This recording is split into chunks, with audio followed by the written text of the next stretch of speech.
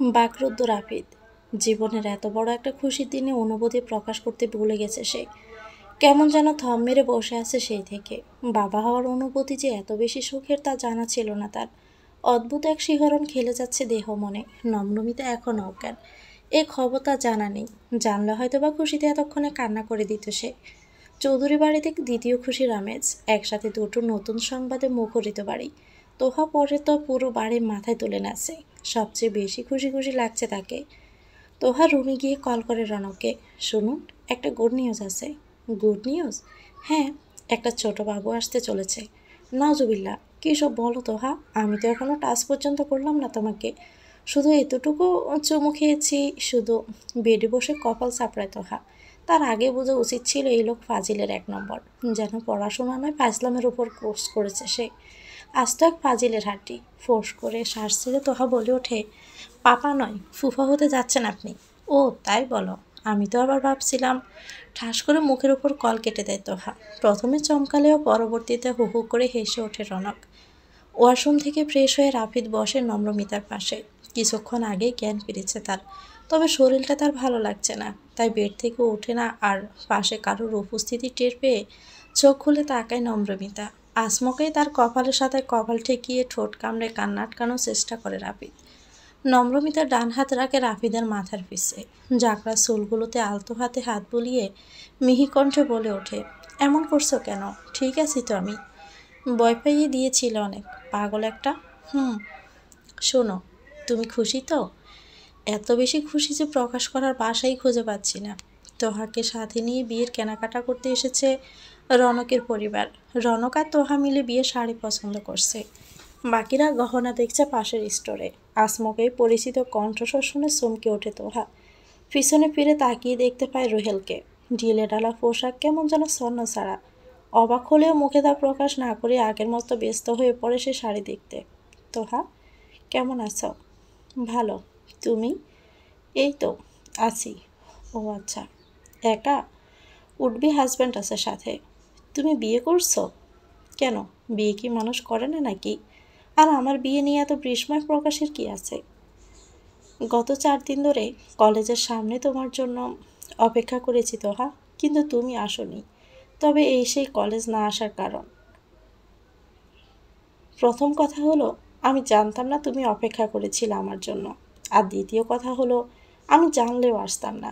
তুমি এমন কোনো স্পেশাল মানুষ না আমার কাছে যে আমাকে তোমার অপেক্ষা করা দেখে ছুটে যেতে হবে। রুহেল হাসে, তার কণ্ঠ কাঁপছে। দুরু দুরু বুকে কণ্ঠ খাদে নামিয়ে বলে উঠল, আমাকে কি মাফ করা যায় না তোহা? মাফ? কিন্তু কেন? তোমার আমার কাছে মাফ চাওয়ার মতো তো কিছু নেই। আর তুমি যদি মনে করো যে আমি তোমাকে ভালোবাসি, তবে সেটা একদমই ভুল। আমি তোমাকে ভালোবাসি না। কিন্তু আমি তো বাসি তোহা, অনেক বেশি ভালোবাসি তোমাকে। রাগ নয় তোহার। এই মুহূর্তে তার সব রাগ গিয়ে পড়ছে রনকের উপর। তোহাকে একা রেখে সে যদি অন্যদিকে না যেত, তবে রুহিল এত কথা বলার সাহস পেত না। মাথা ঠান্ডা করে দীর্ঘশ্বাস ফেলে তোহা বলল, দেখো রুহেল, প্লিজ তুমি এখান থেকে চলে যাও। এটা আমার অনুরোধ। প্লিজ তোহা, বিয়েটা করো না। আমি মরে যাব তাহলে। তুমি মরে যাও, কিন্তু এই ধরনের কথা আর কখনোই বলবে না আমার সামনে। বিয়ে করব না মানে কি? ছেলে খেলা পেয়েছ? দেখো রুহেল, তোমার জীবনটা ছেলে খেলা হতেই পারে, আমারটা না। একের পর এক মেয়ে নিয়ে তোমার ফুর্তি করা স্বভাব হতে পারে, কিন্তু আমার না। বিয়ে আমার কাছে খুবই পবিত্র একটা জিনিস, আল্লাহর রহমত। আমি আর আগের মতো নেই তোহা, একদমই চেঞ্জ হয়ে গেছি। শত সুন্দরী মেয়েদের দিকে তাকাতেও ইচ্ছে করে না এখন আর। আমার চোখে তো একজনকেই আটকে গেছে, তাকে বলতে পারছি না আমি কিছুতেই। প্লিজ চুপ করো। এসব নাটক যেন আমার সহ্য হচ্ছে না। আর একটাও বাজে কথা বললে আমি ভুলে যাব যে তুমি আমার সিনিয়র। নিজের সম্মান বাঁচাতে চাইলে এখনই বেরিয়ে যাও এখান থেকে। মাথা নিচু করে ফেলে রোহেল। স্টোর থেকে বের হতে গিয়ে আবারও ফিরে আসে তোহার কাছে। মৃদু কণ্ঠে বলে উঠল, আমি আবারও আসবো তোহা। আমার মৃত্যুর আগ পর্যন্ত আসবো আমি তোমার কাছে। একটু বাসার লোভে বারবারই ছুটে আসবো তোমার কাছে, প্রয়োজনে তোমার পায়ে পড়ে যাব, একটু ভালোবাসা চেয়ে নিব ভিক্ষাস্বরূপ। কতদিন আমাকে ফিরিয়ে দিতে পারো আমিও দেখতে চাই। একটা কেন, 100 বিয়ে হয়ে গেলেও অবচেতন মনে শুধু তোমাকেই চাইবো আমি তো। কথাটুকু বলে আর দাঁড়ায় না রোহেল, বের হয়ে যায় স্টোর থেকে। বুকে চিরে দীর্ঘশ্বাস বেরিয়ে আসে তোহার। রুহেলের এমন পাগলামি তার সহ্যই হচ্ছে না। রুহেল যে সত্যি চেঞ্জ হয়ে গেছে সেটা তার চোখে মুখে স্পষ্ট। তার প্রতিটা কথাই ছিল আকেতি। কাউকে সত্যিকারের ভালোবাসলেই এমন আকুতি করা যায়, যেমন সে বাসে রনককে। দুনিয়া এপার ওপার হয়ে গেলেও সে রনককেই চাইবে। তোহার সকল অভিযোগ জমা হলো উপরওয়ালার কাছে। আসমানের দিকে তাকিয়ে তপ্তর দীর্ঘশ্বাস ফেলে বলল, যারে বানাওনি যার তরে, কেন বাদিলে তারে মনের ঘরে। কলেজের সামনে দাঁড়িয়ে তোহা ওয়েট করছে রনকের। বিয়ের মাঝে কলেজে আসার ইচ্ছে একেবারেই ছিল না তার, কিন্তু নতুন সেমিস্টারের কিছু কাগজপত্র জমা দেওয়ার জন্যই আসতে হয়েছে। বিগত 1 ঘন্টা ধরে সে অপেক্ষা করছে রনকের জন্য, অথচ সে একেবারে লাপাত্তা। তোহার রাগ হয়, মনে মনে বেশ খানিকটা বকাঝকাও করে তাকে। তারপর খানিকটা দূর থেকে রনকের গাড়ি দেখতে পেয়ে মুখে হাসি ফুটে ওঠে তার। তোহার সামনে গাড়ি দাঁড় করিয়ে দরজা খুলে দেয় রনক। তোহা বিনা বাক্যে বেয়ে উঠে বসে গাড়িতে। গন্তব্যহীন পথে চলছে গাড়ি। মূলত রনক তোহাকে নিয়ে বেরিয়েছে লং ড্রাইভে যাওয়ার জন্য। বিয়ের আর মাত্র 5 দিন বাকি। প্রেমিক প্রেমিকা হিসাবে এটাই তাদের শেষ ঘোরাঘুরি। ফুরফুরে মেজাজে জানালা থেকে মাথা বের করে বসে আছে তোহা। রনক বেশ কয়েকবার বারণ করলেও কথা কানে নেয়নি সে, তাই রনক আর জোর করেনি।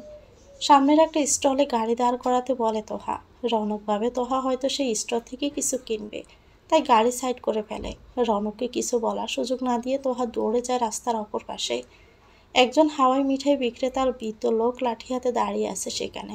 তোহা এক দৌড়ে বৃদ্ধার কাছে গিয়ে অনেকগুলো হাওয়াই মিঠাই কিনে ফেলে। দুহাত উঁচু করে দূর থেকে সেগুলো দেখায় রনককে। তোহার বাচ্চামি কাণ্ড থেকে হেসে ফেলে রনক। তোহার এই সরলতার জন্যই এত ভালোবেসে ফেলেছে সে। হালকা হেসে সামনের দিকে তাকাতে ধক করে ওঠে রনকের বুক।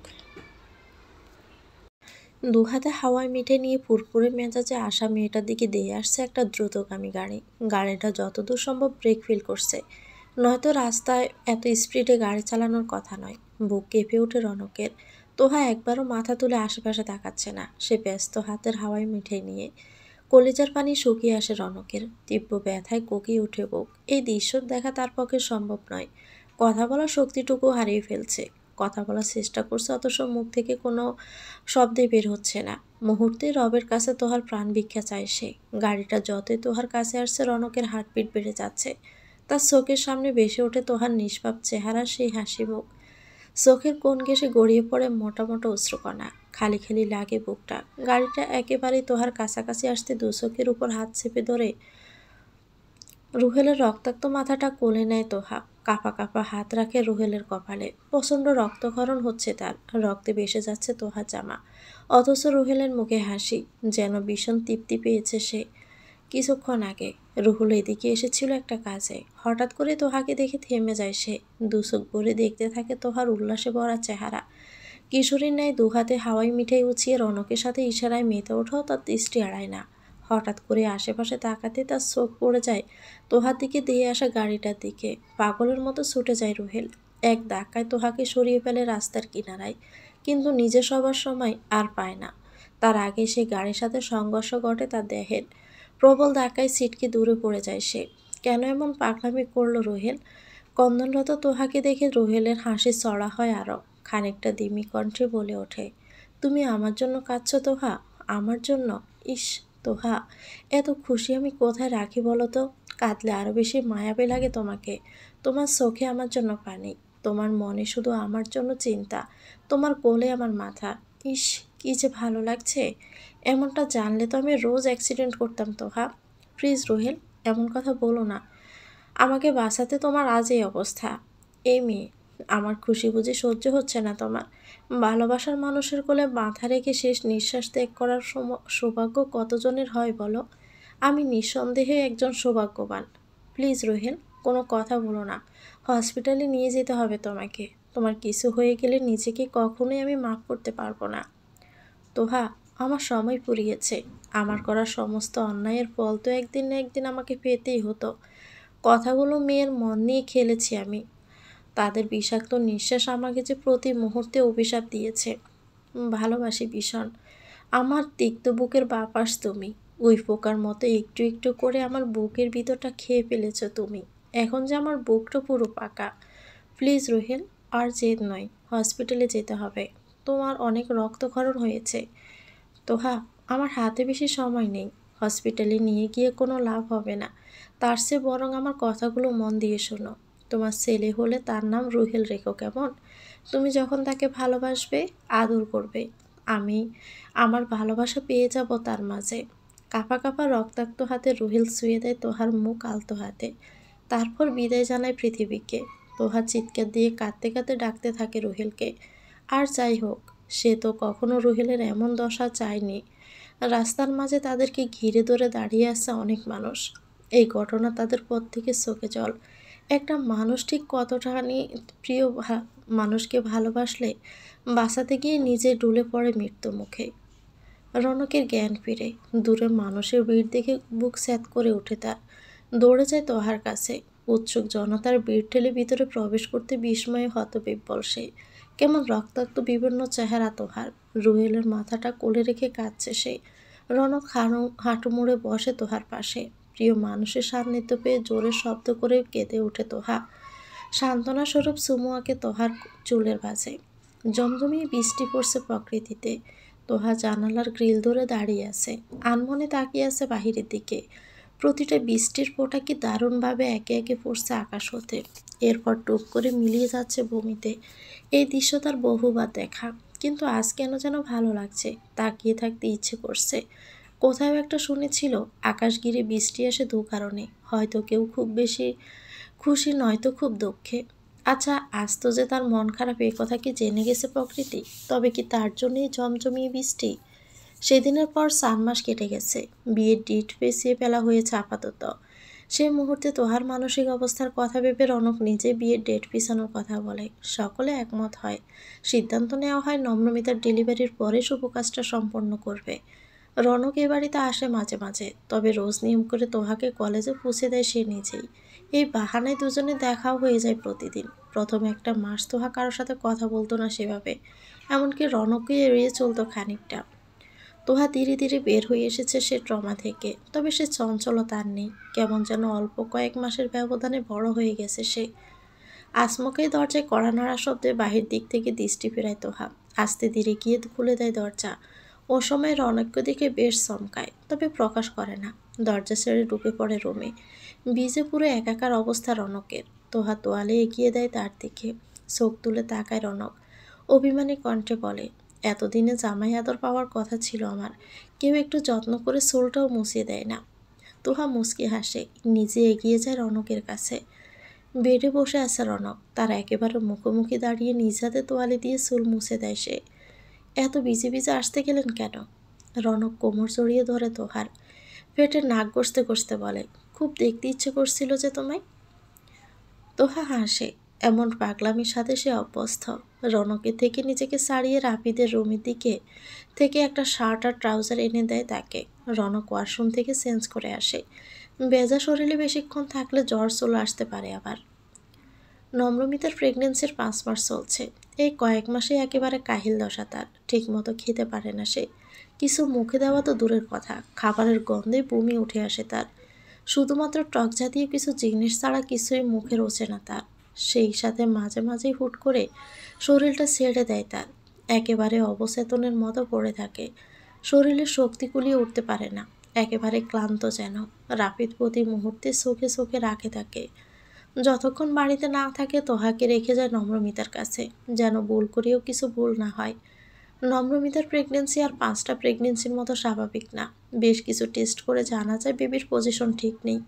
সেই সাথে প্রয়োজনের তুলনায় উঁচু পেট, যমজ বাচ্চা আছে বলে সন্দেহ করেন তারা। আগামী সপ্তাহে শিওর হওয়া যাবে। যতক্ষণ নম্রমিতা জেগে থাকে সেও জেগে থাকে সাথে। আবার নম্রমিতা ঘুমালেও ঘুমাতে পারে না সে। বারবার মনে হয় সে ঘুমিয়ে পড়লেই বুঝি কিছু অঘটন ঘটে যাবে নম্রমিতার সাথে। যে কোনো মূল্যে রাপিদ নম্রমিতাকে হারাতে পারবে না। নিজের চেয়েও কয়েক গুণ বেশি ভালোবাসে যে তাকে। নম্রমিতাকে কোলে নিয়ে রাফিদ ঢোকে ডক্টরের চেম্বারে। লজ্জায় হাঁসফাঁস করতে করতে রাফিদের বুকে মুখ লুকায় নম্রমিতা। সকলে হাঁ করে তাকিয়ে আছে তাদের দিকে, যেন এমন দৃশ্য বিরল। ভীষণ আশ্চর্য কিছু দেখে ফেলেছে তারা। এমন ভালোবাসার মানুষ সত্যি আজকাল বিরল। ডক্টরের চেম্বারে বসে আছে তারা দুজন। থমথমে মুখে ডক্টর একে একে পাতা উল্টে যাচ্ছেন রিপোর্টগুলোর। তার মুখ দেখে বলে দেওয়া যায় রিপোর্ট খুব একটা ভালো না। আজকালকার মাঝেই পেটে তীব্র ব্যথা হয় নম্রমিতার। থমথমে কণ্ঠে ডাক্তার বলে ওঠে, আপনার গর্ভে টুইন বেবি আছে, তবে আমরা একজনকে বাঁচাতে পারবো না। শিরার সাথে একেবারে জড়িয়ে গেছে সে। যে কোনো মুহূর্তে গলায় ফাঁস লেগে মারা যেতে পারে। তবে দোয়া করুন, যা হওয়ার আরও 2 মাস পরে যেন হয়। এই মুহূর্তে একটা বাচ্চা গর্ভে মারা গেলে দ্বিতীয় জনকেও বাঁচানো মুশকিল। পছন্দ ধরবে তার দেহে, সেই সাথে বিষাক্ত হয়ে পড়বে সব কিছু, যার ফলে দ্বিতীয় জনেরও মৃত্যু নিশ্চিত। নম্রমিতা আঁতকে ওঠে, কাঁপা কাঁপা হাত রাখে পেটে। তার যে দুজনকেই চাই। রাফিদ মলিন কণ্ঠে বলে ওঠে, এই সমস্যার কোনো সমাধান নেই? কোনোভাবেই কি দুজনকে বাঁচানো যায় না? না মিস্টার রাফিদ, আমরা আমাদের সর্বোচ্চ চেষ্টা করলেও পারবো না। বাচ্চার পজিশন একদমই ঠিক নেই। কিছুদিন পর থেকে ওনার পেটে ব্যথা শুরু হবে, মাঝে মাঝে খিসে ধরবে পেট। যে কোনো মুহূর্তে কোনো সমস্যা হলে সবার আগে আমাকে জানাবেন। একজন বাচ্চাকে বাঁচানোর সর্বোচ্চ চেষ্টা করব। আমি নিজেও হতবাক, এতটুকু একটা মেয়ের প্রথম প্রেগনেন্সিতে এত ক্রিটিক্যাল একটা কেস। হতাশা শ্বাস ছাড়ে রাফিদ। পাশে বসে থাকা নম্রমিতা থমথমে মুখ দেখে বুকে টেনে নেয় সে। আহ্লাদে কণ্ঠে বলে ওঠে, একে ছাড়া আর কিছুই চাই না আমার, যাই হয়ে যাক। আপনি শুধু এই মানুষটাকে যেভাবে ওটির ভিতরে নিয়ে যাবেন সেভাবেই ফেরত দিবেন আমাকে। আর কিচ্ছু চাই না আমার, কিচ্ছু না। আর জীবনেও সন্তানের নামই মুখে আনবো না। আমার নম্র থাকলেই চলবে। আমার যদি কিছু হয়ে যায় তবে তুমি আরেকটা বিয়ে করে নিও রাফিদ। সময়টা মাঝরাত। হুট করে ঘুম ভেঙে যায় নম্রমিতার। অসহ্য রকম ব্যথায় মাঝে মাঝে এমন ঘুম ভেঙে যায় তার। পেট কেমন যেন খিসে ধরেছে, মনে হচ্ছে ভিতর থেকে কেউ যেন খামচি মেরে ধরে আছে। ঘুমের মাঝে 2 হাত বেড়ে জাপটায় নম্রমিতা। একেবারে কাটা মুরগির মতো চটপট করছে। নম্রমিতার অস্থিরতার বেড়ে জাগুনিতে ঘুম ভেঙে যায় রাফিদের। চট করে নম্রমিতার মাথা নিজের বুকে টেনে 1 হাত বাড়িয়ে মেডিসিনের বক্সটা টেনে নেয়। ডক্টরে দেওয়া মেডিসিন খাইয়ে নম্রমিতাকে নিজের বুকের মাঝে জাপটে ধরে রাফিদ, যেন সে প্রায়শ চালাচ্ছে প্রিয়তমাকে দুনিয়ার সকল কষ্ট থেকে দূরে রাখার। মাঝে মাঝে নীরবে কাঁদে সে। 5 ওয়াক্ত নামাজের শেষে সে নিজের জন্য কিছুই চায় না, বরং তার সবটুকু চাওয়াই একটা মানুষকে ঘিরে। বেশ খানিকটা সময় পর শান্ত হয় নম্রমিতা। ব্যথা কমে এসেছে। প্রাণ ভরে শ্বাস টেনে নিজেও জড়িয়ে ধরে রাফিদকে। তারপর ক্ষীণ কণ্ঠে বলে ওঠে উপরোক্ত কথা। রাফিদ কোনো প্রতিক্রিয়া দেখায় না, রাগ কিংবা অভিমান প্রকাশ করে না। নিঃশব্দে উল্টো দিকে মুখ ফিরে নিজেও শুয়ে পড়ে পাশের বালিশে। রাতের নিস্তব্ধতা ছাপিয়ে শোনা যাচ্ছে বারে বারে দীর্ঘ নিঃশ্বাসের শব্দ। তার কান্না শব্দহীন, নীরবে একে একে অশ্রুকণারা গড়িয়ে পড়ে জলধারার নেই। কখনো লুকিয়ে তো কখনো প্রকাশ্যে। রাফিদকে কাঁদতে দেখলে ভালো লাগে নম্রমিতার। মনে হয় ভালোবাসা এখনো মরে যায়নি। আজও তার জীবন তো ঠিক আগের মতোই, আবার হয়তো আগের চেয়ে বেশি প্রাণবন্ত। নিজের ভাগ্যের উপর নিজেরই আফসোস হয় তার। এত ভালোবাসা তার কপালে আদর্শ হইবে তো, অচিরেই হারিয়ে ফেলবে না তো। শুনছ, এদিকে ঘোরো। রাফিদ আগের মতোই নির্বাক, একইভাবে শুয়ে আছে। এবারে পিক করে হেসে দেয় নম্রমিতা। হাসতে হাসতে বলে, আরে বাবা, এখনো মরে টরে যায়নি তো, তাতে একজন মুখ ঘুরিয়ে শুয়ে আসো। এরপর তো দেখবো।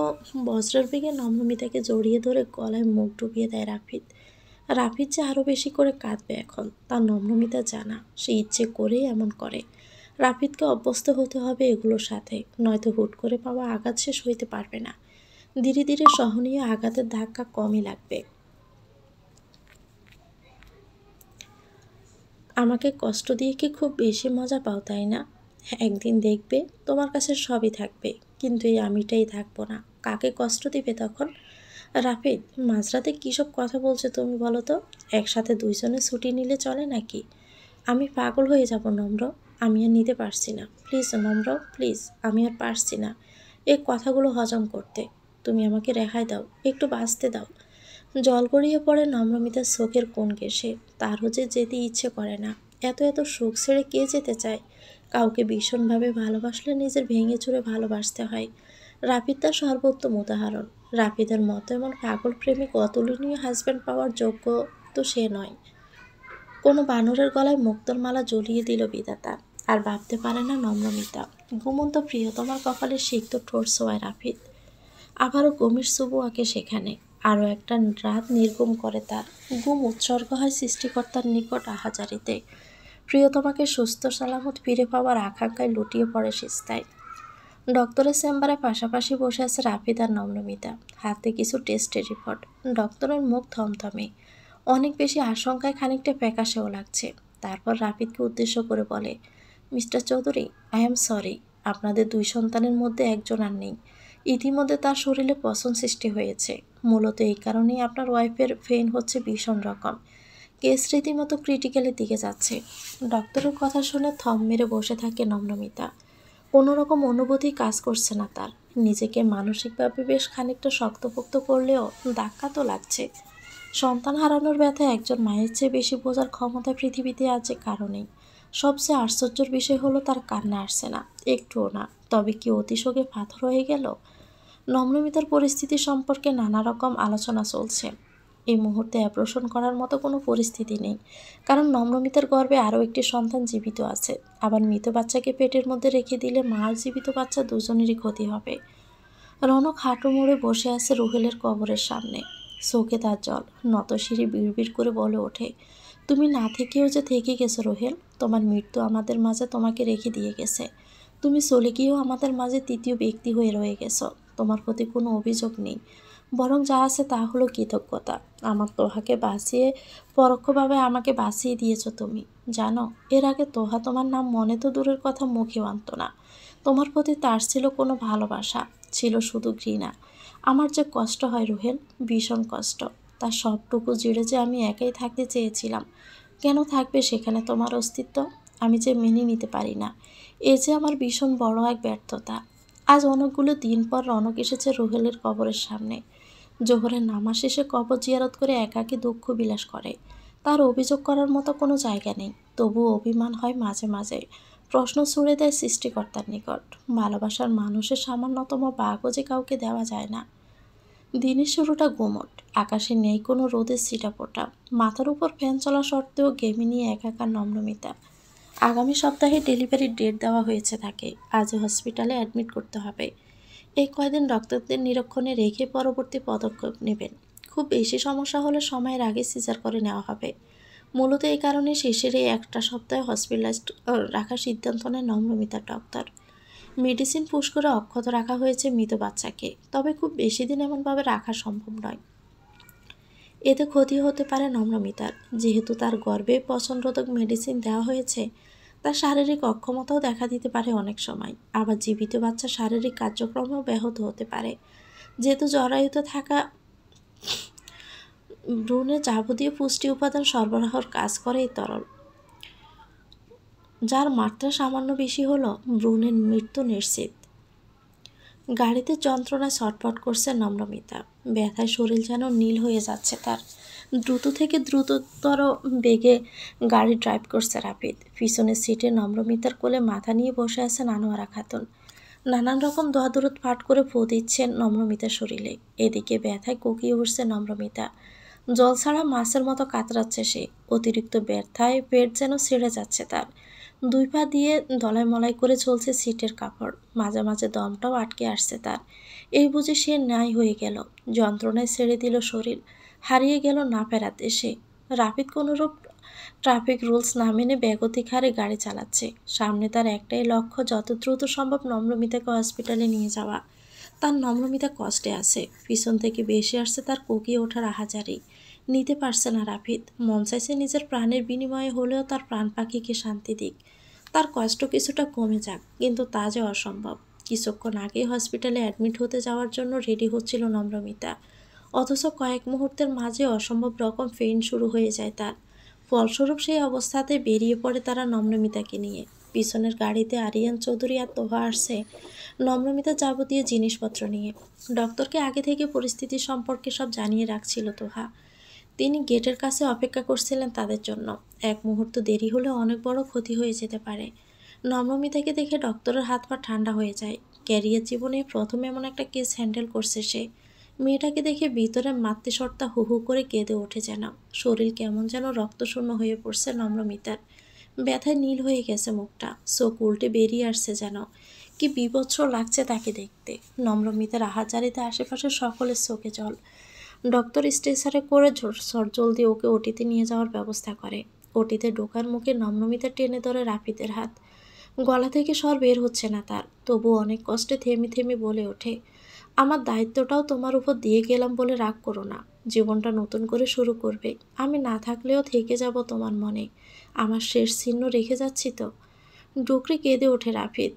পরপর কয়েকটা চুমুক এঁকে দেয় নম্রমিতা সারা মুখে কপালে। তারপর কপালের সাথে কপাল ঠেকিয়ে বলে ওঠে, আমি তোমাকে যেতে দিব না নম্র, আমি কিছুতেই যেতে দিব না। তুমি এখানেই থাকো, ভিতরে গেলে তুমি আর ফিরবে না। আমি কিছুতেই যেতে দিব না। আমার কাউকে চাই না, মেরে ফেলো বাচ্চাটাকে, তাও আমার তোমাকে চাই। দুনিয়ার সব কিছুর বদলে আমার তোমাকেই চাই। জল ছাড়া মাছের মতো চটপট করে মরে যাব আমি তোমাকে ছাড়া নম্র। আমাকে ছেড়ে যাবে না তুমি, কিছুতেই যাবে না।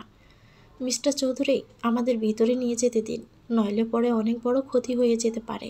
ওনাকে ভিতরে যেতে দিন। ডক্টরের কথায় ফ্যাল ফ্যাল করা দৃষ্টিতে তাকিয়ে থাকে রাফিদ। কথার খেয়ে হারিয়ে ফেলছে যেন সে। কি বলবে সে? নম্রমিতা ভিতরে গেলে যে আর ফিরবে না, আবার বেটিরা না গেলেও যে অনেক বড় ক্ষতি হয়ে যাবে। কি করা উচিত? নম্রকে ফিরে পেতে গেলে কি কি করতে হবে তাকে? আরিয়ান চৌধুরী ছেলেকে বুকে জড়িয়ে ধরে সান্ত্বনা দেয়। অপরদিকে নম্রমিতাকে নিয়ে যাওয়া হচ্ছে ওটির মধ্যে। রাফি চিৎকার করছে, নম্রমিতাকে যেন ভিতরে নিয়ে না যাওয়া হয়। অনুরোধ করছে ডাক্তারদের কাছে। প্রাণপণে ছুটে যাওয়ার চেষ্টা করছে সে। গিয়ে খপ করে আটকে ফেলতে চাইছে নম্রমিতাকে, কিন্তু রনক আর আরিয়ান চৌধুরী দুজন পুরুষ মানুষের সাথে একসাথে পারে উঠছে না সে। একেবারে ঝাপটে ধরে আছে তারা। কিছুতেই ছুটতে পারছে না রাফিদ। তার নম্রমিতাকে ভিতরে নিয়ে যাওয়া হচ্ছে, তার থেকে অনেক অনেক দূরে চলে যাচ্ছে নম্রমিতা, অথচ সে কিচ্ছু করতে পারছে না। চিৎকার করে ডাকছে রাফিদ নম্রমিতাকে, যেতে বারণ করছে, কিন্তু আজকেও তার কোনো কথা শুনছে না। সবাই একেবারে উঠে পড়ে লেগেছে তাকে নম্রমিতার কাছ থেকে দূরে সরানোর জন্য। ওটির দরজা বন্ধ হওয়ার সাথে সাথে হাঁটু মুড়ে বসে পড়ে রাফিদ। হাঁটুতে মাথা ঠেকিয়ে শব্দ করে কেঁদে ওঠে সে। হসপিটালের প্রতিটা মানুষ থমকে গেছে রাফিদকে দেখে। এত প্রগাঢ় ভালোবাসা আগে হয়তো কখনো দেখেনি তারা, যাকে বলে পাগলের মতো ভালোবাসা। স্ত্রীকে হারানোর ভয়ে কেউ যে এত আকুল হতে পারে তা তাদের জানাই ছিল না। পুরুষ মানুষ মূলত কাঁদে কম, তারা যে একেবারে কাঁদতে পারে না এমনটা না, বরং আমাদের সমাজ তাদের কাঁদতে দেয় না। জন্মের পর থেকেই ধীরে ধীরে তাকে শিখিয়ে দেওয়া হয় পুরুষ মানুষকে কাঁদতে নেই, কান্নারত পুরুষ মানেই দুর্বল। অথচ আমরা ভুলে যাই দিন শেষে তারাও একটা মানুষ। হৃদয় নামক এক যন্ত্র তাদের মাঝেও আছে, অনুভূতি ধারণ করে নিজের মাঝে। পুরুষ মানুষেরও সুখ হয়, দুঃখ হয়, কষ্ট হয়, বেদনা হয়, তাদের বুকও ছিনছিনে ব্যথা হয়। প্রিয়জনের হারানোর শোকে তারাও দিন দুনিয়া ভুলে যায়। একজন পুরুষের চোখ থেকে বেরিয়ে আসা জল অনেক বেশি মূল্যবান, তাও যদি হয় প্রিয়তমা স্ত্রীর জন্য। অল্প আঘাতে পুরুষ কাঁদতে পারে না, একেবারে দুমড়ে মুচড়ে যাওয়ার শেষ লক্ষণ হলো তাদের কান্না। নম্রমিতার মা আর আরশিকে খবর পাঠিয়েছিল তোহা। ইতিমধ্যে তারাও হসপিটালে এসে উপস্থিত। রাফিদের কড়া নির্দেশে ওই বাড়ির আর কাউকে সাথে নিয়ে আসেনি তারা। মেয়ের এমন অবস্থায় মায়ের মন হু হু করে কেঁদে ওঠে। প্রেগনেন্সির মাঝে একবার তারা এসেছিল নম্রমিতার কাছে, তবে লজ্জা বেশিক্ষণ থাকেনি সেখানে। মূলত তাদের লজ্জা রাফিদের কাছে, তিনি চোখ মেলতে পারেন না জামাইয়ের চোখে। রাফিদও প্রয়োজন ছাড়া ওই বাড়ির কারোর সাথে কথা বলে না, শুধুমাত্র নম্রমিতার খুশির কথা ভেবে মাঝে মাঝে যোগাযোগ রাখে আরশির সাথে। আপা, আমার মেয়েটা কোথায় আপা? আনোয়ারা খাতুন তাকে সান্ত্বনা দেওয়ার চেষ্টা করেন, হাত ধরে পাশে বসে আশ্বস্ত করেন। তারপর অশ্রুসিক্ত কণ্ঠে বলে ওঠেন, সব ঠিক হয়ে যাবে, আপনি শান্ত হন। নম্রমিতা আমাদের সকলের কাছে অনেক আদরের, এতগুলো মানুষের আহাজারে তিনি ফিরিয়ে দিতে পারবেন না। আমাদের দুই মায়ের কোল থেকে মেয়েকে ছিনিয়ে নিতে পারবেন না তিনি। আমাদের নম্রর কিচ্ছু হবে না, তার কিছু হলে যে আমার ছেলেটা জীবিত থেকে মরে যাবে, এতটা নিশ্চিত তিনি হতে পারেন না। এতগুলো মানুষের জীবন আটকে যে মেয়েতে, তাকে এইভাবে হারিয়ে যেতে দিতে পারেন না তিনি, কিছুতেই না। তিনিও ডুকরে কেঁদে ওঠেন। আরও সে একপাশে দাঁড়িয়ে তাকিয়ে আছে ওটির দিকে। তার একমাত্র বড় বোন, তার ছায়া প্রদানকারী বটগাছের মতো মানুষটা আজ মৃত্যুর সাথে লড়ছে। চোখ ফেটে জল বেরিয়ে আসে তার। নম্রমিতার এমন অবস্থা দেখে ভয় জেগে বসেছে তোহার মনেও। রনক কান্নারত তোহাকে বুকে টেনে নেয়, তার নিজেরও ভীষণ কষ্ট হচ্ছে। অল্প পরিচয়ে নম্রমিতা তার কাছে বেশ অনেকটা আপন হয়ে গেছে। সবসময় হাসি খুশি থাকা মেয়েটার এমন অবস্থা পরিবারের কেউই যেন মেনে নিতে পারছে না। ইতিমধ্যে খবর পেয়ে পেয়ে রনকের পরিবারের সবাই উপস্থিত হয় হসপিটালে। অনেকটা সময় পেরিয়ে গেছে। রাফিদ এখনও আগের মতোই হাঁটু গেড়ে বসে মাথা ঠেকিয়ে রেখেছে হাঁটুতে। এবার বেশ চিন্তা হয় আরিয়ান চৌধুরীর। রাফিদের কাঁধে হাত রাখতে সে ডলে পড়ে মেঝেতে। হসপিটাল জুড়ে আরও একবার শুরু হয় অরাজকতা। ডক্টর, নার্স আর পরিবারের মানুষগুলো ছুটাছুটি। পাশের কেবিনে অ্যাডমিট করা হয় রাফিদকে।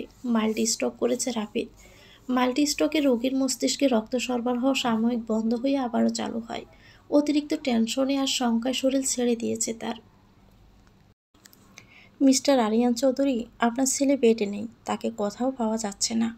প্রায় 6 ঘন্টারও বেশি সময় হয়ে গেছে নম্রমিতাকে ওটিতে নিয়ে যাওয়া হয়েছে, কিন্তু এখনও ডক্টরদের পক্ষে কিছু বলা সম্ভব হচ্ছে না। মাঝে মাঝে একজন করে নার্স কিছু প্রয়োজনের জন্য বাইরে আসছেন। পরিবারের সকলের উৎকণ্ঠা আরও খানিকটা বাড়িয়ে দিয়ে নিরস মুখে আবারও ঢুকে পড়েছেন ওটির মধ্যে। এদিকে রাফিদের জ্ঞান ফিরেনি, তাই অযথা সে রুমে কাউকে ভিড় করতে বারণ করেছে ডাক্তার। ফলস্বরূপ সকলে নম্রমিতার সুখবরের প্রতীক্ষায় দাঁড়িয়ে আছে। ইতিমধ্যেই হুট করে রাফিদের নিখোঁজ হওয়ার ঘটনা আরও একবার নাড়িয়ে দেয় পুরো পরিবারকে। এবার শক্তপোক্ত আনোয়ারা খাতুনও হু হু করে কেঁদে ওঠেন। পরিবারের প্রাণবোমরা এই দুটো মানুষ, অথচ আজ কেউই ভালো নেই। জীবন তাদের থেকে কিসের হিসাব নিচ্ছে জানা নেই তাদের। একজন নার্সে দেখানো পরিষ্কার আর পাকা একটা ঘরে দাঁড়িয়ে আছে রাফিদ। অতঃপর পরিষ্কার এক টুকরো কাপড় বিছিয়ে নামাজে দাঁড়ায় সে। নামাজের প্রতিটা সূরার সাথে সাথে তার চোখ হতে নির্গত হয় অশ্রুধারা। নামাজের মাঝে অনিচ্ছা সত্ত্বেও ফুঁপিয়ে কাঁদছে সে। 2 রাকাত নফল নামাজ আদায় করে দুহাত মিনিট তলে সৃষ্টিকর্তার দরবারে। ইয়া মাহবুদ, আমি তোমার কাছে দ্বিতীয়বারের মতো কিছু চাইতে এসেছি। শেষবার অভিযোগের শুরু বলেছিলাম, নম্রমিতা কেন আমার হলো না? কি দোষ ছিল আমার ভালোবাসার? কেন তুমি তাকে আমার না করে অন্য কারো ঝুলিতে ঢেলে দিলে? তাকে আমার দেওয়ার গুজারিশ করেছি বারবার, তুমি আমায় নিরাশ করনি। সময়ের ফেরে নম্র আমার হয়েছে, আমার ভালোবাসা ফিরে এসেছে আমার কাছে। হে রহমানুর রহিম, তোমার কাছে আমার একটাই অনুরোধ, আমার জীবিত অবস্থায় তাকে মৃত ঘোষণা করো না। আমি সহ্য করতে পারবো না। দরকার হলে আমার আয়ুকালও তাকে দিয়ে দাও, কিন্তু বেঁচে থাকা অবস্থায় এমন কিছু শোনাইও না। হে মাহবুদ, আর কিছু না জানো, তুমি তো জানো আমার প্রাণ বোমরা সে। তাকে ছাড়া আমি কিভাবে বাঁচব? তুমি তাকে আমার কাছে ফিরিয়ে দাও। আমার আর কিচ্ছু চাই না। আমার নম্রকে সুস্থ অবস্থায় ফিরিয়ে দাও। কাঁদতে কাঁদতে হিসকে উঠে গেছে রাফিদের। অসুস্থ শরীর নিয়ে বেশিক্ষণ ঠিকমতো বসে থাকতেও পারছে না। শরীর ছেড়ে দিচ্ছে। তারপর কাঁদতে কাঁদতে একসময় লুটিয়ে পড়ে মেঝেতে। নার্সের কথা মতো রুমে ঢুকে রাফিদকে অজ্ঞান অবস্থায় পান আরিয়ান চৌধুরী। অস্থির শীতে ডক্টরকে ডাক দেন তিনি। আবারও শুরু হয় রাফিদের ট্রিটমেন্ট। এক নাগারে আরও 2 ঘন্টা পেরিয়েছে। রাফিদকে ঘুমের ইঞ্জেকশন দিয়ে রাখা হয়েছে। তার ফলে সে গভীর ঘুমে। রনকের কাঁধে তোহা মাথা দিয়ে মাত্রই চোখ বুজেছে। এমন অবস্থায় হুট করে অফ হয়ে যায় ওটির লাইট। আরও সে চিৎকার দিয়ে বলে ওঠে, আমার আপু, আমার আপু, আমার আপু আছে তো? অপারেশন শেষ, কিন্তু আমার আপু। 3জন ডক্টর বেরিয়ে আসেন একসাথে। তাদের মুখ থমথমে। তাদের অবস্থা দেখে ডুকরে কেঁদে ওঠে নম্রমিতার মা। আরও সে দুহাতে জড়িয়ে ধরে তাকে। পরিবারের সকলেরও খানিকটা আন্দাজ হয়ে গেছে ঘটনা। আরিয়ান চৌধুরী কিছু বলে ওঠার আগে ভেসে আসে সদ্যজাত বাচ্চার কান্নার শব্দ। পিছনে তাকাতে লক্ষ্য করেন নার্সের কোলে তোয়ালে পেঁচানো একটা ফুটফুটে বাচ্চা করুণ সুরে কাঁদছে। সেও বুঝি বুঝতে পেরেছে তার মায়ের ফাঁকি দেওয়ার ঘটনা। তার বিদায় বেলার আগাম বার্তা কি সেও পেয়েছে? হুট করে 3জন ডক্টর একসাথে বলে ওঠেন, কনগ্রেচুলেশনস মিস্টার চৌধুরী, বাচ্চার মা দুজনেরই গ্র্যান্ড ওয়েলকামের ব্যবস্থা করুন। একেবারে হয়ে গেছেন আরিয়ান চৌধুরী। খুশির মাত্রা এতটা বেশি যে এই মুহূর্তে তার ঠিকমতো কোনো রিয়েক্ট করাই উচিত বুঝতে পারছে না। উপস্থিত সবাই আরও একবার কেঁদে দেয়। যে কান্নার মাঝে নেই কোনো বেদনা, বরং যা আছে তা প্রাপ্তি আর উল্লাসের বহিঃপ্রকাশ। আজ সত্যিই মিরাক্কেল হয়েছে। বাচ্চাকে সুস্থভাবে বের করা গেলেও পেশেন্টকে কোনোভাবে স্টেবল করা যাচ্ছিল না। এমনকি একসময় তার হার্টবিটও প্রায় বন্ধ হয়ে যায়। আমরা মনে মনে তাকে মৃত ঘোষণাও করে ফেলি, কিন্তু বিধাতার লীলাখেলা বোঝা বড় মুশকিল। হয়তো কারো ভালোবাসার জোরের সাথে পেরে ওঠেনি তার সিদ্ধান্ত। কারো আবেগে লুটিয়ে পড়া কান্না দেখে হুট করে বদলে ফেলেন সিদ্ধান্ত। জোরে শ্বাস টেনে ওঠে patient. Now she is out of danger. তবে অনেক কেয়ারফুলি রাখতে হবে তাকে। অনেক অনেক বেশি দখল গেছে কয়েক মাসে তার উপর দিয়ে। শরীরে ন্যূনতম শক্তিও অবশিষ্ট নেই। 6 বছর পর কোমরের শাড়ির আঁচল গুজে ছোট নুরির পিছনে পুরো রুম জুড়ে ছুটোছুটি করছে নম্রমিতা। নুরি কখনো বেলকুনিতে আবার কখনো বেডের এপার থেকে ওপারে ছুটে বেড়াচ্ছে। তাকে খাওয়াতে গিয়ে নাস্তানবদ অবস্থা নম্রমিতার। বিগত 30 মিনিট ধরে অর্ধেক খাবারটা শেষ করানো যায়নি। ক্লান্ত হয়ে বেডে বসে পড়ে নম্রমিতা। নুরি মুখে হাত দিয়ে খিলখিল করে হেসে ওঠে। তারপর জেদি কণ্ঠে বলে, আব্বু না আসলে আমি খাবো না। খাবো না মানে খাবো না, একটুও না। এইটুকু মেয়ের এমন একঘমিয়া জিদ দেখে বারবারই অবাক হয় নম্রমিতা। তার ধারণা একমাত্র রাফিদের জন্যই মেয়েটা দিনকে দিন এমন বাদর হচ্ছে। তার জেদ ক্রমাগত বাড়তেই থাকছে। রাগী দৃষ্টিতে নুরির দিকে তাকায় নম্রমিতা। কণ্ঠ খানিকটা উঁচু করে বলে ওঠে, বয়স মাত্র 6, অথচ তোমার সব কথা শুনে চলতে হবে আমাদের? এত জেদ কোথা থেকে আসে? যেমন জেদ দেখিয়েছ তেমনি আজকে সারাদিন না খাইয়ে থাকবে, একটা খাবারও পাবে না আর। মায়ের উঁচু কণ্ঠের আওয়াজে কাঁচুমাচু হয়ে যায় নুরির মুখ। চোখে ভিড় করে অশ্রুকণারা। কাঁদো কাঁদো মুখে তাকায় নম্রমিতার দিকে। তবুও মন গলে না নম্রমিতার। শব্দ করে হেঁটে বের হয়ে যায় রুম থেকে। মুখভঙ্গি দারুণ কঠোর। আমার নুরি পাথর কি আজও বকা খেয়েছে আমার কাছে? বেডের শেষ প্রান্তে আধা অবস্থা বসে আছে, দুপা বিছানা নিচে ঝুলিয়ে রেখে। পড়াশোনায় ব্যস্ত নুরি, মুখটা একেবারে কাঁদো কাঁদো অবস্থা। রাফিদ সদ্য অফিস থেকে বাড়ি ফিরে বুঝতে পারে মেয়ের অভিব্যক্তি। আজও নিশ্চয় নম্রমিতার কাছে বকা শিখিয়েছে। রাফিদের আদুরে কণ্ঠে শুনে জোরে জোরে কেঁদে দেয় নুরি। এক দৌড়ে ছুটে গিয়ে কোমর পেঁচিয়ে জাপটে ধরে তাকে। কাঁদতে কাঁদতে নাকের পানি চোখের পানি এক করে ফেলেছে সে। রাতের দ্বিতীয় প্রহর। রাফিদের কাঁধে মাথা রেখে মেঘাচ্ছন্ন দৃষ্টিতে আকাশপানে চেয়ে আছে নম্রমিতা। ফুরফুরে শীতল বাতাস ছুঁয়ে দিচ্ছে সর্বাঙ্গ। শরীর জুড়ে কেমন যেন এক ঝিম ধরা অনুভূতি শিওরে পৌঁছে গেলে যেমন অবশ হয়ে পড়ে শরীর, তেমনি এক অনুভূতিতে চেয়ে আছে তার দেহ মন। বড্ড ভালো লাগছে। আবেগে রাফিদের হাতখানি আরও খানিকটা শক্ত করে চেপে ধরে। ঠোঁটের হাসি চড়া হয় রাফিদের। দুষ্টমিরা কিলবিল করতে থাকে মাথায়। তারপর এক হাতে নম্রমিতার কোমর জড়িয়ে ধরে আরও খানিকটা কাছে টেনে নেয়। মোহনীয় কণ্ঠে বলে ওঠে, নম্র, আমার একটা ইচ্ছে অপূর্ণ আছে আজও। কি ইচ্ছে? খোলা আকাশের নিচে আমাদের দ্বিতীয় বাসর। সি, অসভ্য একটা। ওরে আমার সভ্যবতী, আপনার মতো সভ্য হলো এতদিন আর মা ডাক শুনতে হতো না আপনাকে। হয়েছে হয়েছে, রুমে চলে আবার। নুরি একা ঘুমিয়ে আছে। উফ, একদমই না। মাঝরাতে ছাদে এসে চন্দ্রবিলাস করার ইচ্ছে জেগেছিল তোমার, আমি সঙ্গ দিয়েছি। এবার আমাকে একটু আমার চন্দ্রে পাড়ি দিতে দাও। বুড়ো বয়সে এসব আদিক্ষেতা করতে লজ্জা করে না তোমার? একটুও না। বেশ খানিকটা সময় রাফিদের কোলে বসে নম্রমিতা কিছু একটা ভাবল। তারপর মুখে হাসি ফুটিয়ে মুখোমুখি বসে আছে রাফিদের। উল্লাসী কণ্ঠে বলে ওঠে, ওকে, আমি রাজি, তবে আমারও একটা শর্ত আছে। কি? নুরির তো 6 বছর হয়ে গেল, তুমি কি চাও না ওর একটা ভাই আসুক? রাফিদ এক ঝটকায় কোল থেকে সরিয়ে দেয় নম্রমিতাকে। হতবিহ্বল দৃষ্টিতে ফেল ফেল করে তাকায় নম্রমিতা। আক্রোশে ফেটে পড়ে রাফিদ। আঙ্গুল উঁচিয়ে কিছু বলতে গিয়েও থেমে যায়। থমথমে মুখে নেমে যেতে নেয় ছাদ থেকে। নম্রমিতার আবেগের পর্ষা ভেঙে টুকরো টুকরো হয়ে যায়। এই কথাটুকু বলার জন্য ঠিক কতখানি সাহস সঞ্চয় করতে হয়েছে সেটা একমাত্র সেই জানে। ঠোঁট ভেঙে কান্না আসে তার। ছাদের কার্নিশ ধরে মেঝেতে বসে পড়ে সে। মুষলধারে বৃষ্টির মাঝে রাফিদ দাঁড়িয়ে আছে খোলা আকাশের পানে চেয়ে। আচমকা ছাদের ওই প্রান্ত থেকে দৌড়ে আসে নম্রমিতা। বাঁধভাঙা নদীর মতো আশ্রে পড়ে রাফিদের বুকে। দুহাতে শক্ত করে চেপে ধরে কোমর। আর কখনো বলবো না এমন, প্লিজ তাকাও না আমার দিকে। রাফিদ নিরুত্তর থাকতে চেয়েও পারল না। উল্টো করে জোরসে জড়িয়ে ধরল নম্রমিতাকে, একেবারে বুকের সাথে চেপে। পারে তো একেবারে ঢুকিয়ে নেয় বুকের ভিতর। কণ্ঠ ভাঙা ভাঙা করে বলে, নুরির জন্মের সময় যে অবস্থা আমার উপর দিয়ে গেছে, দ্বিতীয়বার হলে নির্ঘাত মৃত্যু। সেই পুরনো দিনের আঘাতগুলো বারবার এভাবে কেন জাগিয়ে তোলো নম্র? আমার যে কষ্ট হয়, পাগল পাগল লাগে। নম্রমিতে বিড়াল ছানার মতো আরও খানিকটা লেপটে গেল রাফিদের সাথে। তারপর প্রশান্তিতে দু চোখ বুঝে স্মৃতির পাতা হাতড়ে বেড়ায়। জ্ঞান ফেরার সাথে সাথে পরিবারের সবাইকে একজোট অবস্থায় তার কেবিনে দেখে মলিন হাসে নম্রমিতা। পুরো শরীর ব্যথায় কুঁকড়ে যাচ্ছে। নিষ্পলক চাহনিতে দেখে সকলের খুশির রেশ। অনুভব করে তাদের আদরে আলিঙ্গন। তবুও নম্রমিতার চোখ খুঁজে বেড়ায় বিশেষ একজনকে। তার একান্ত ব্যক্তিগত সে মানুষটাকে দেখার জন্য ব্যাকুল হয়ে পড়ে। অগত্যা কাঁপা কাঁপা কণ্ঠে বলে, রাফিদ কই? সবাইকে এখানে দেখছি কিন্তু ওকে তো দেখছি না। বাবুকে কোলে নেবে না? রাগ করেছে আমার উপর? আনোয়ারা খাতুন যত্ন সহকারে হাত বুলিয়ে দেন নম্রমিতার মাথায়। তারপর চাপা স্বরে বলেন, আমার ছেলেটা ভালো ছিল না রে মা। তার প্রাণবোমরা যে মানুষটা, তার কষ্টে সে কীভাবে ঠিক থাকে বল।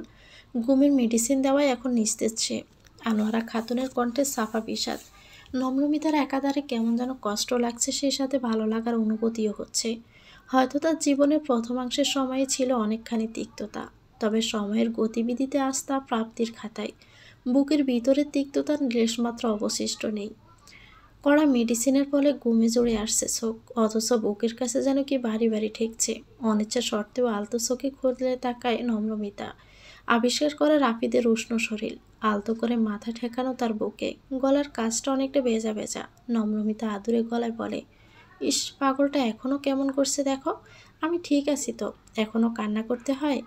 চোখ তুলে তাকায় রাফিদ, অশ্রুসিক্ত চোখ আড়াল করার বৃথা চেষ্টা করে খানিকটা কেশে স্বাভাবিক করে নিজেকে।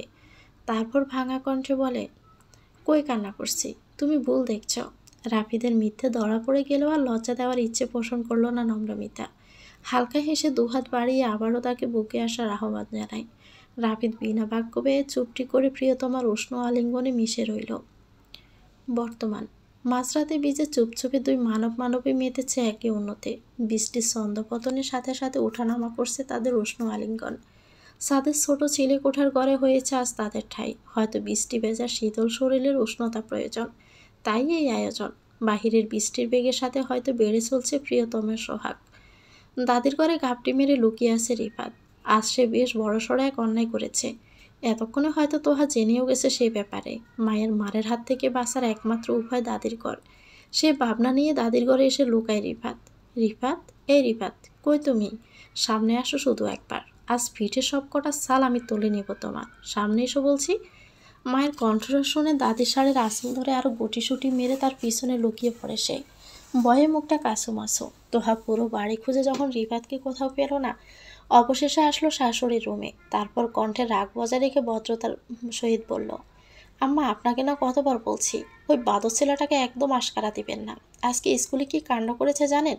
প্রিন্সিপাল কল করেছিল। ছাড়ো না বৌমা, বাচ্চা মানুষ, এই বয়সে বদমাশি করবে না তো কখন করবে? বড় হওয়ার সাথে সাথে ঠিক হয়ে যাবে সব। না আম্মা, আজকে ওরা অন্যায় করেছে। আজ কোনো ছাড়াছাড়ি নেই। এটুকু একটা ছেলে, মাত্র 4 বছর বয়স। এই বয়সে মেয়েদের কুল দিয়ে বেড়াচ্ছে, আবার না নিলে সব থাপ্পড় দিচ্ছে। ভাবতে পারছেন?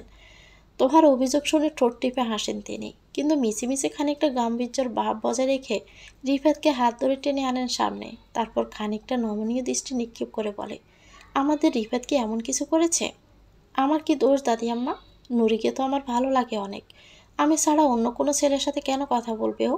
আমি আছি না, যা বলার আমার সাথেই বলবে ও। নুরি তো তোমার থেকে বড় আপা, এভাবে মারতে হয় না। বেশ করেছি, মেরেছি, আরও মারবো। আমার কথা শুনিনি কেন?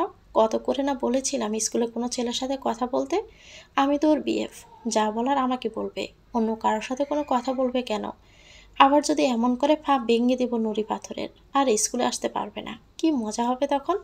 ছেলের কথা রীতিমতো বিমড়ি খায় তোহা। বিস্ময়ে চোখ বড় বড় করে তাকায় রিফাতের দিকে। সেই সাথে রাগী কণ্ঠে বলে ওঠে, বিএফ? এই ছেলে, এসব কি ভাষা?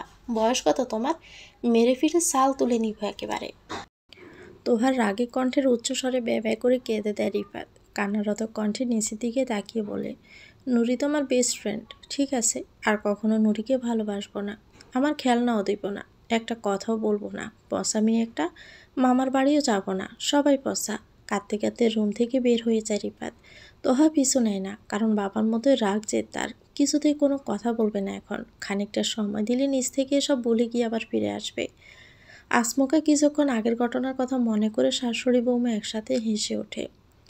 প্রকৃতি শান্ত, আকাশ মেঘলা হলেও গুমোট ভাব নেই। ফুরফুরে বাতাস হুড়মুড় করে এসে বাড়ি খাচ্ছে রুমের জানালা দিয়ে। খানিকটা শীত শীত আবহাওয়া কেমন যেন শান্তির এক আচ্ছাদন। এত এত শান্তির মাঝে অশান্ত তোহার মন। প্রতিনিয়ত ভিতরে ভিতরে ফুরছে সে, দুমড়ে মুচড়ে যাচ্ছে ভিতরটা। রনকের বুকে মাথা দিয়েও আর আগের মতো শান্তি পায় না। তবে একটু শান্তির খোঁজে বারবার আবশ দেহটা ছুটে যায় সে। মাঝরাতে ছেলেকে ঘুম পাড়িয়ে দিয়ে ছুটে আসে এই রুমে, যেখানে শায়িত অবস্থায় রয়েছে তার প্রিয়তম। চোখ পেটে বেরিয়ে আসে কান্নারা। এতটা বছর তো কম নয়। সময়ে অসময়ে এক টুকরো ভালোবাসার আবদার নিয়ে উপস্থিত হবে না তার দুয়ারে। ডেলিভারির পর 4 মাস কেটেছে। নম্রমিতা প্রায় পুরোপুরি সুস্থ। ছোট নিরি এই কয়েকদিনে মায়ের চেয়ে বেশি বাবাকেই পেয়েছে। হয়তো সে বাবার প্রতি আসক্ত বেশি। নুরি হলো কুড়ানো এক টুকরো সুখ, তাই তো রাফিদ প্রথমবারের মতো মেয়েকে কোলে নিয়ে এই নামেই ডেকেছিল। রাফিদের আদরে অতিষ্ঠ হয়ে নুরি এক পর্যায়ে যেন কেঁদে ওঠে। রুমভর্তি সকলে রাফিদের পাগলামো দেখে উচ্চস্বরে হেসেছিল। দুই পরিবারের আলোচনায় আগামী মাসে পূর্ণাঙ্গভাবে বিয়ের সিদ্ধান্ত হয় তোহা আর রনকের। তোহা এই পর্যায়ে পুরনো ট্রমা থেকে কাটিয়ে উঠে খুশি হয় সব কিছুতে। এর মাঝে আয়োজন করতে খুব একটা সমস্যার সম্মুখীন হতে হয় না তাদের। হলুদের দিন সকালে চোখ ফাঁকি দিয়ে রনক আসে শুধুমাত্র তোহাকে হলুদ লাগাবে বলে। এত লোক সমাগমের মাঝে রনককে নিজের রুমে দেখে হতবাক তোহা। রনকের মুখে মিটিমিটি হাসি। তোহার বুকের মাঝে টিম টিম শব্দের কম্পাউন্ড চলেছে ক্রমাগত, অথচ ভাবলেশহীন রনক। চোখ টিপ দিয়ে পথে এসেছিল সে পথে ফিরে যায়। দ্রুত বেলকুনি দিকে এগিয়ে যায় তোহা। মৃত চোখের নিচে তাকাতে রনককে সুস্থভাবে হেঁটে বেরিয়ে যেতে দেখে স্বস্তির নিঃশ্বাস ফেলে। সকাল থেকে বেশ কয়েকটা গাড়ি পরে আবারও খুলে দিয়েছে নম্রমিতা। রুমের অবস্থা বেহাল, চারদিকে এটা সেটা ছাড়ানো। বিয়ে বাড়ি মানে অগোছালো থাকবে সবকিছু। সবসময় সবকিছু সাজিয়ে গুছিয়ে রাখার অভ্যস্ত সে। আজ হঠাৎ করে রুমের এই করুণ অবস্থা দেখে সরু চোখে তাকায় রাফিদ। বেডের এক কোণে চুপচাপ বসে আছে নম্রমিতা, মাথা নিচু করে যেন কি ভাবছে। এরপর এক হাত পরে নেয় নিজের হাতের মুঠোয়, শব্দ করে চুমু খায় নম্রমিতার ডান হাতের পিঠে। শাড়ি পছন্দ হচ্ছে না? আমি পছন্দ করে দেই। চোখ তুলে তাকায় নম্রমিতা, চোখের কোনো পানি জমেছে। রাফিদ বিচলিত হয় খানিকটা, আলতো হাতে মুছে দেয় নম্রমিতার চোখের পানি। আমাকে দেখতে অনেক খারাপ হয়ে গেছে তাই না? পেট কেমন মোটা হয়ে গেছে, আর একটু ভালো লাগে না তাই না? নম্রমিতার কথায় রাফিদ হালকা হাসে। এই কথা সত্য যে আগের চেয়ে দেহগত সৌন্দর্য অনেকখানি কমে গেছে। প্রেগনেন্সির সময় যে জ্বরচাপটা গেছে তার উপর দিয়ে তপ্ত দীর্ঘশ্বাস ফেলে রাফিদ বলে ওঠে, দেহের প্রেমে পড়লে আজ তুমি অন্য কারো থাকতে নম্র। তাকিয়ে দেখো আম্মুর দিকে, বয়সের পরে চামড়া জ্বলে গেছে, চোখে মুখে কুচকানো চামড়া, অথচ আব্বু আজও নিয়ম করে তার কপালে চুমু খায়, ভালোবাসে তাকে। দৈহিক সৌন্দর্যই যদি সব হতো তবে আজ তাদের মাঝে থাকতো যোজন যোজন দূরত্ব। কলঙ্ক তো ছাদেও আছে, তাই সৌন্দর্যের উপমায় আমরা তাকেই বেছে নেই। কলঙ্কহীন সৌন্দর্য পকপকা সাদা রঙের মতো একেবারে প্যাকাশে, দৃষ্টির আকর্ষণে আসে না। খানিকটা একান্ত সময় কাটে তাতে প্রেমময় ক্ষণে। এরপর নম্রমিতার হাতে একটা বাসন্তী রঙের শাড়ি ধরিয়ে দিয়ে রুম থেকে বের হয় রাফিদ। বিদায়বেলা বড্ড কঠিন সময়। তোহার বিদায়বেলা সকলের সাথে নুরিও কেঁদেছে বেশ। আজ থেকে পুপির কোলে আর সে চড়তে পারবে না, পাবে না এত শত আদর ভালোবাসা। রাফিদের বুকের ভিতরটা দুমড়ে মুচড়ে ওঠে। সেদিনের ছোট বোনটাকে আজ অন্যর হাতে তুলে দিতে ভীষণ কষ্ট হচ্ছে, তবুও নিয়তিতে মেনে নিতেই হয়। অতঃপর নিচু গলায় বলে ওঠে, দুঃখ কখনো তার ধারে কাছে আসতে দেয়নি, যা চেয়েছে তাই পেয়েছে। তবে ও জেদ নিয়ে আসে শুধু অভিমান। আমার বোনের বাচ্চা সুলভ মনের যত্ন নিও, শুধু এটুকুই চাইব সারা জীবন তোমার কাছে। সজ্ঞানে কখনো তার কিংবা মনের অযত্ন হতে দিব না, কথা দিলাম। ফোনের রিংটোনের শব্দে ধ্যানভঙ্গ হয় তোহার। ভাবনার সুতো ছেড়ে বেরিয়ে আসে বাস্তবে। এই অসহায় রাফিদের কল পেয়ে বেশ অনেকটাই অবাক হয়। চিন্তাগ্রস্ত হয়ে ফোন কানে ধরতে বেশি আসে রাফিদের উদ্বিগ্ন কণ্ঠস্বর। তোহা খুব বেশি ব্যস্ত না থাকলে এখনই বাড়িতে আয়, ভীষণ দরকার। রৌনকের বুক থেকে মাথা তুলে ললাটে চুমু খায় তোহা। তারপর রিফাতকে সাথে নিয়ে বেরিয়ে পড়ে চৌধুরী বাড়ির উদ্দেশ্যে। নম্রমিতা মাত্রই ক্লাস শেষ করে বেরিয়েছে। ইতিমধ্যে রাফিদের কল পেয়ে মুচকি হাসে। রিসিভ করে মস্করা শুশুক কিছু বলার আগেই রাফিদ তাকে বাড়ি ফিরতে বলে ফোন রেখে দেয়।